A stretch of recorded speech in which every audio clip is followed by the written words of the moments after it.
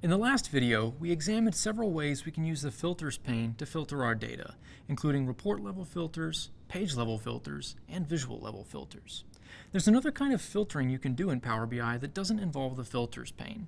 It actually involves putting a filter directly on the pages in your report, just like a chart or map, and using it to control the other visuals.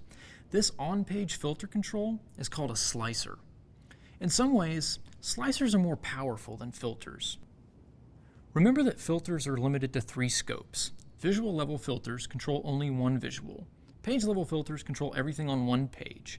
And report level filters control the entire report. Now suppose you want a filter that only controls a group of visuals on one half of a particular page. For example, if I was looking at colleges and universities and I wanted to compare students' high school GPAs at one school on the left side of my page to another school on the right side of my page. Or suppose you want some of the pages in your report to share a common filter, but not all pages. The filters pane doesn't allow for these kinds of scenarios, but slicers do. In this video, we'll explore slicers in depth.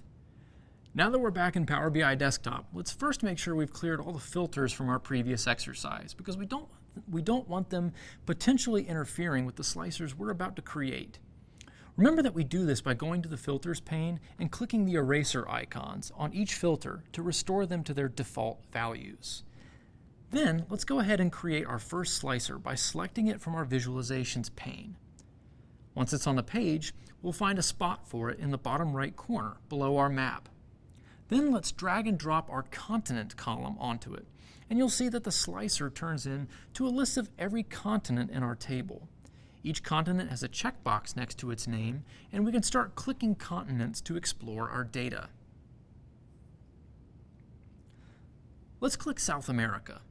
Notice how our map zooms in on South America and our bubble sizes change.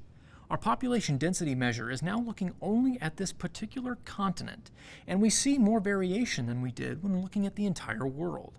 Just by looking at the sizes of the bubbles, we can probably conclude that Ecuador is the most densely populated country in South America, followed closely by Colombia and Venezuela.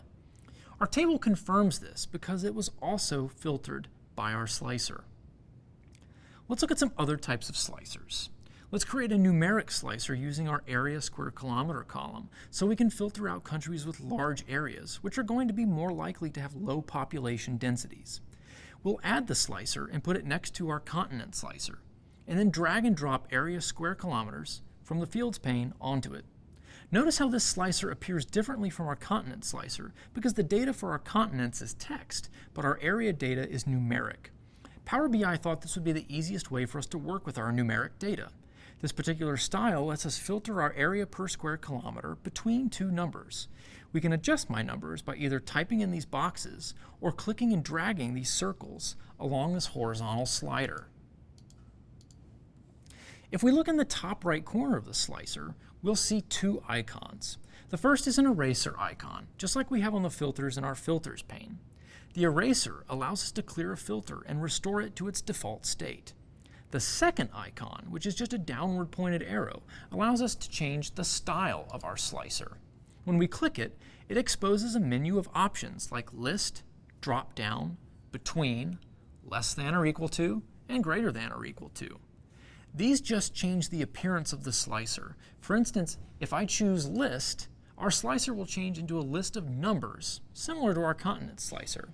If I choose drop down, our slicer will still be a list, but the list will be visible inside of a drop-down menu. Our current style is the between option, but we can also use less than or equal to or greater than or equal to, which are almost exactly the same as the between option, except you can only adjust one value instead of both values. So if we choose less than or equal to, we can only adjust the greater value. And if we choose greater than or equal to, we can only adjust the lesser value.